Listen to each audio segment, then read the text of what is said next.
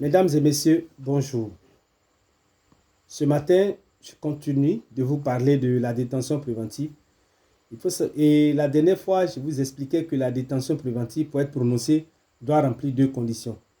La première condition, c'est que l'infraction pour laquelle la détention préventive est prononcée doit être passible d'une peine d'emprisonnement d'au moins 2 ans. C'est-à-dire que la personne, si elle est condamnée, doit être condamnée à au moins une peine de 2 ans. Et la deuxième condition, c'est que la détention préventive est le seul moyen et que le contrôle judiciaire ne peut pas permettre au juge d'instruction d'atteindre un des objectifs énumérés à l'article 163. Et donc, les objectifs, il y a que le juge d'instruction veut conserver les preuves, le juge d'instruction veut avoir l'inculpé et toujours pour pouvoir l'interroger, le juge d'instruction veut éviter que l'inculpé mette la pression sur les témoins, les victimes, etc. Donc, lorsque vous aurez le document, vous allez pouvoir voir tous les objectifs qui sont fixés dans l'article 163. Alors, lorsque la personne est sous contrôle judiciaire et qu'elle ne respecte pas les conditions, les obligations du contrôle judiciaire, le juge d'instruction n'a pas besoin de respecter les conditions, les deux conditions pour placer cette personne en détention préventive. Dès lors que la personne ne respecte pas les conditions, les obligations du contrôle judiciaire et que le juge d'instruction estime que cela peut être une menace, alors il peut placer la personne en détention préventive sans tenir compte des obligations qui lui sont imposées en matière de placement en détention préventive. Et lorsque le procureur de la République veut également placer une personne en détention préventive, il est tenu de respecter les deux conditions, c'est-à-dire que l'infraction doit être passible d'une peine d'emprisonnement d'au moins 2 ans et que la détention préventive est le seul moyen qui puisse permettre d'atteindre les objectifs que nous avons cités précédemment. Donc, le procureur de la République doit respecter ces conditions-là. Et il faut savoir que si le procureur de la République saisit le juge d'instruction pour lui demander, comme je l'ai dit, de placer une personne en détention préventive, le juge d'instruction, lorsqu'il décide de placer la personne en détention préventive, va informer le procureur de la République, va informer l'inculpé et ou son avocat pour dire que la personne, l'inculpé, sera placée en détention préventive. Le procureur, lorsqu'il saisit le juge d'instruction, ne le saisit pas pour qu'il place la personne en détention préventive.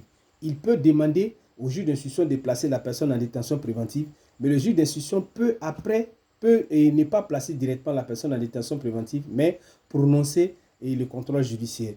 Donc, si le juge d'instruction décide de placer la personne en détention préventive, il doit informer le procureur, il doit informer l'inculpé et son avocat, s'il en a, qui vont recevoir une copie après signature.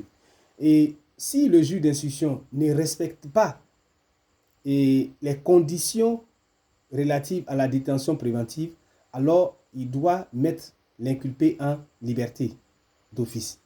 Voilà, s'il venait à ne pas respecter, il doit mettre l'inculpé en liberté d'office. Le juge d'instruction doit respecter un délai raisonnable en matière de détention préventive.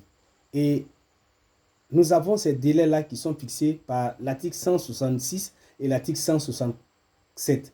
Alors, en matière de détention préventive, il faut savoir qu'il y a la détention préventive en matière de délit et la détention préventive en matière de crime. En matière de délit, la détention préventive est d'abord de 6 mois. Il faut savoir que le délai maximum est de 18 mois. Mais ces 18 mois sont recoupés en 6 mois, 6 mois, 6 mois, 3 fois. Alors, les premiers 6 mois, c'est le délai normal. Donc, le juge d'instruction, lorsqu'il reçoit une affaire en matière de délit, à 6 mois. Et si après les 6 mois, le juge d'instruction n'a pas bouclé son enquête, alors il va convoquer le procureur de la République et l'inculpé et ou son avocat, et il y aura un débat contradictoire dans le cabinet du juge d'instruction. C'est après ce débat contradictoire-là, le débat contradictoire, ça veut dire que c'est un débat où toutes les parties sont là, l'inculpé et le juge d'instruction, le procureur de la République, et ils vont débattre pour voir si il est oui ou non, on peut prolonger la détention préventive. Alors, si il est choisi de prolonger la détention préventive, le juge d'instruction va prolonger la détention préventive de 6 mois. Cela va faire 12 mois. Et si après ces nouveaux 6 mois, le juge d'instruction n'a pas pu terminer son instruction, ses enquêtes, il va saisir cette fois-ci la chambre d'instruction. Et pour demander à la chambre d'instruction de lui accorder un nouveau délai de 6 mois pour effectuer ses enquêtes, son instruction. Il faut savoir que la chambre d'instruction n'est pas obligée d'accorder le délai au juge d'instruction. Donc, si la chambre d'instruction n'accorde pas le délai au juge d'instruction, le juge d'instruction va boucler sa procédure. Mais si la chambre d'instruction accorde un nouveau délai au juge d'instruction, alors le juge d'instruction va terminer son enquête après les 6 mois. Donc, cela va faire 18 mois. Alors, qu'est-ce qui va se passer si après les 18 mois, le juge d'instruction n'a pas bouclé son instruction? Si le juge d'instruction n'a pas bouclé son enquête après 18 mois, il met la personne en liberté d'office. L'article 166, le dernier alinéa de l'article 166 déclare que lorsque le juge d'instruction, après les 18 mois, n'a pas bouclé sa procédure, alors il met la personne en liberté d'office. Et le juge d'instruction ne peut pas également, ne peut demander qu'une seule fois au procureur de la République, à la chambre d'instruction, de prolonger le délai de 6 mois. Donc, il ne peut pas renouveler encore. Donc, dès lors qu'on a les 18 mois en matière de délit, si le juge d'instruction n'a pas fini son enquête, alors il va mettre la personne en liberté d'office.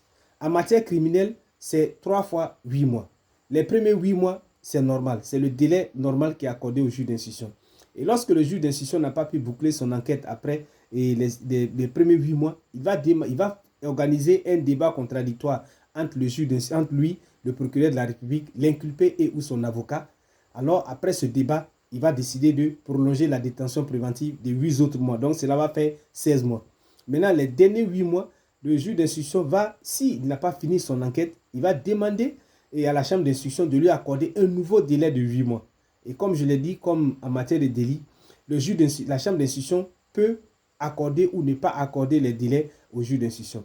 Mais après le délai de 24 mois, après les 24 mois, si le juge d'instruction n'a pas fini son enquête, alors il doit mettre la personne en liberté d'office. Cela est dit dans le dernier alinéa de l'article 167 en matière de délit, en matière de crime, qui déclare que lorsque le juge d'instruction, après les 24 mois, n'a pas pu boucler son enquête, n'a pas fini son instruction, il doit mettre l'inculpé en liberté d'office. Nous allons voir plus tard quelle est la procédure qui peut être utilisée pour amener le juge d'instruction, s'il ne prononce pas la liberté d'office, à prononcer la liberté d'office de l'inculpé.